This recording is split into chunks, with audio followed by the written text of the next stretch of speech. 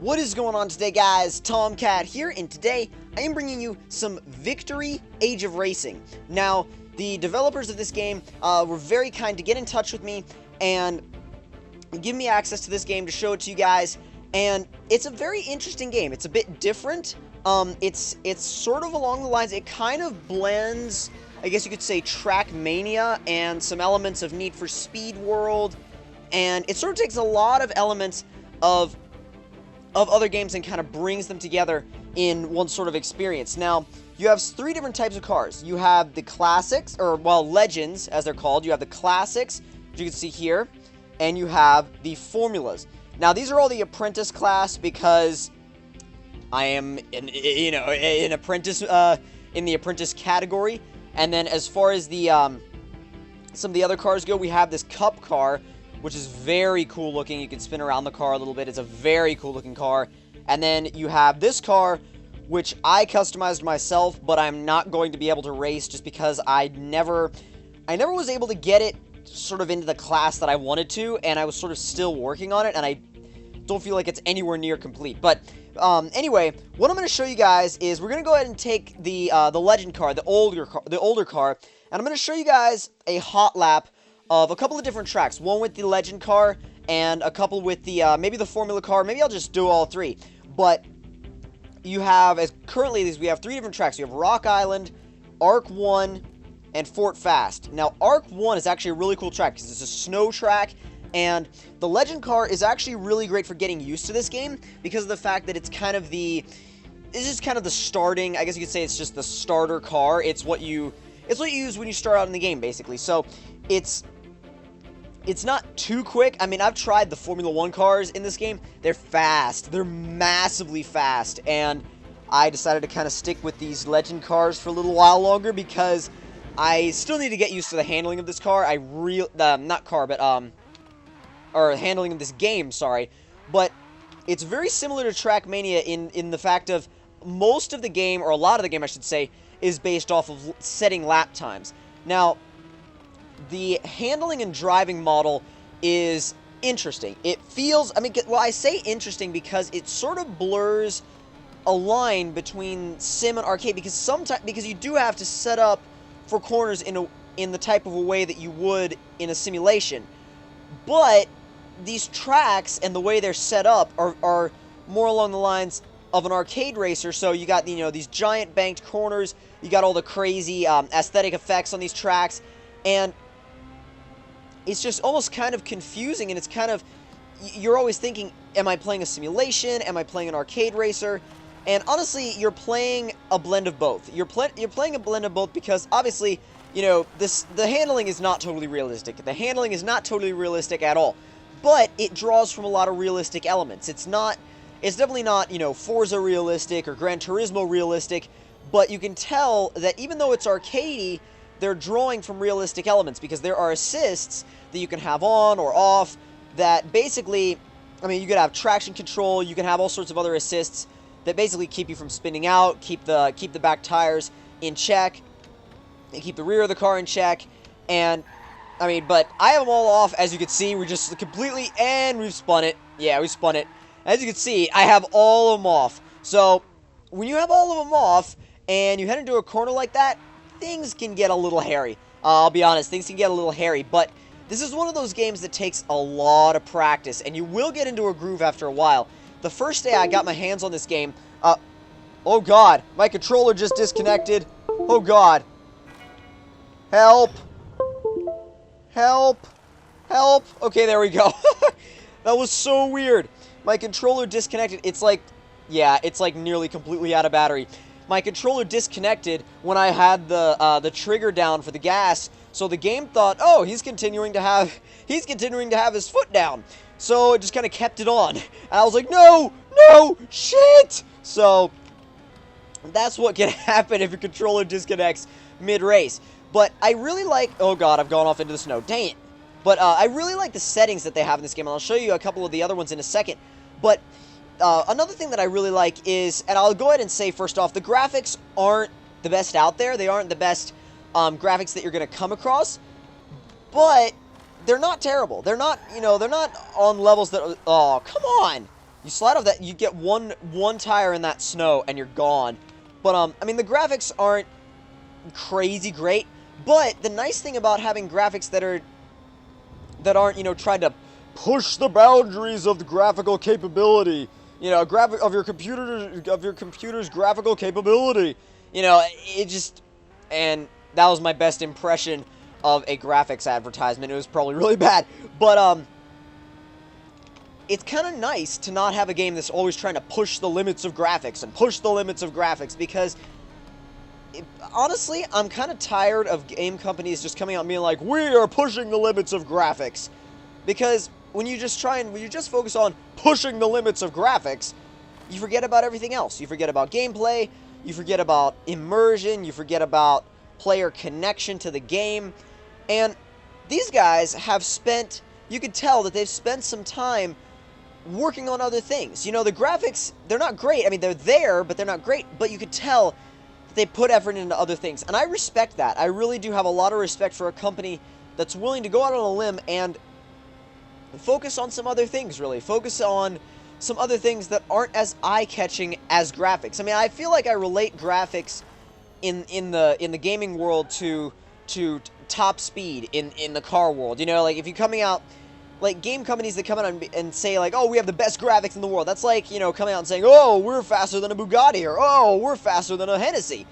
And when you come out like that, it's, you know, top speed, yeah, top speed is really attractive, but I feel like gameplay and player immersion and things like that, you relate that to a car in terms of its handling. And when it gets down to it, that's one of the most important characteristics of a car, whereas gameplay is one of the most important characteristics of a game. So I feel like that's one of the areas where they really did well with this game. Now I'm going to go ahead and show you guys another type of car as well as another type of track. Now, the other tracks are, one of them is actually quite similar to this, but in like a desert environment, and the other is almost in like a medieval sort of environment. It's kind of hard to describe. So we're going to run that in the classic race car. Now, this is a little faster. They get a little faster, and a little faster, and a little faster as you keep going. And we're going to go and show you, yeah, Rock Island. Rock Island, excuse me. Rock Island is the, I guess you could say, slightly medieval track. It sort of goes through this medieval town and kind of winds around a little bit. I don't know, it's not windy as in mountainous, but it's not a NASCAR track either. As you can tell, right off the bat, this thing is way faster than the car we had earlier. You can even hear the brakes squealing. I really hope that I set the volume levels properly. Wow, I just noticed back there, I don't know if you guys saw it, but there's some pretty bad texture pop in. I'm taking it easy on this car because I just want to get used to it before I nail it. Power out, come on. That's interesting though, when you think about it, when you think about the fact that you can be a simulation player and come over to this game and be able to use similar techniques. You'd be able to know that, yeah, if I do this, the car's going to do this. But if you're an arcade racer and you come over to this, it's not going to be, the cars aren't going to feel like big heavy bricks, because I know that's like the biggest complaint that arcade racers have with simulation racing games, is that they come over and the cars feel like, you know, giant heavy bricks. And you know, that's understandable when you're coming over from the game, you know, from a game where all the cars feel like they weigh like 10 pounds. But this game does a surprisingly good job of really bridging that gap. And it's just that the one thing that keeps coming up about this game to me is where its heart is at, to be honest, because I like it. I like this game. I enjoy it. And you might not think that, you know, just doing hot laps and hot laps and hot laps is that entertaining or that fun, but it is. For them, somehow this game makes it fun. It takes what might seem like a boring task and make it fun. And a game that can do that really deserves the highest respects. If you can take something that would otherwise not be very fun and make it fun. That is that is what shows a true game. That is what reveals a truly good game. Now, that's not to say that Victory Age of Racing isn't without its faults. Victory Age of Racing has a few bugs. I mean, obviously they're still working it out. Still working things out. It's still being developed.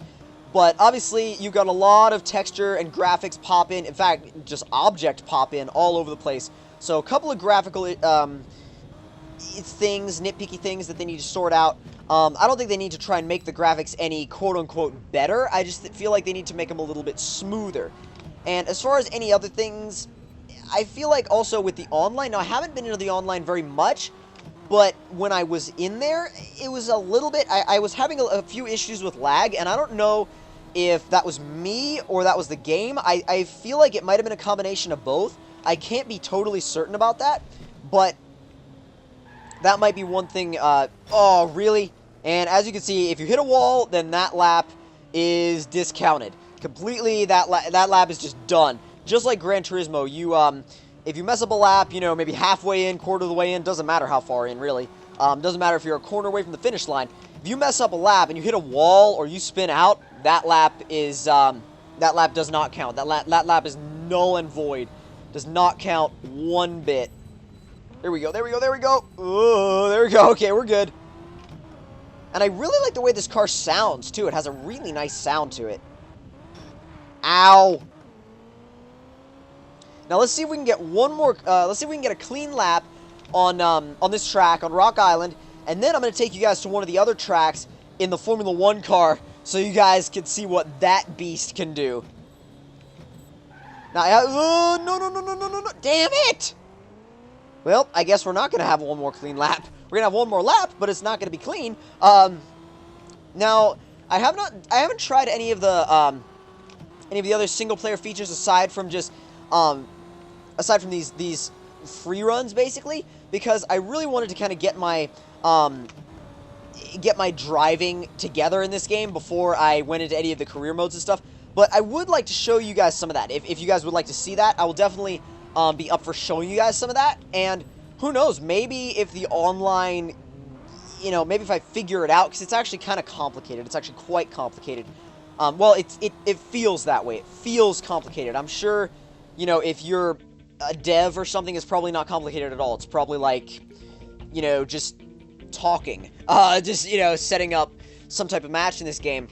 I've never tried it, so we're going to go ahead and switch. Oh, I didn't realize we could just do it in here. So we switched to the Formula, and we're switching to Fort Fast. Now, the Formula car is quite quick. It's loud, and it's quick, and it's twitchy, and it can be very tricky to drive. Very tricky to drive. And this particular track has a lot of windiness to it, so... And it revs up to about 11,000 RPMs. Come on, there you go. Shift.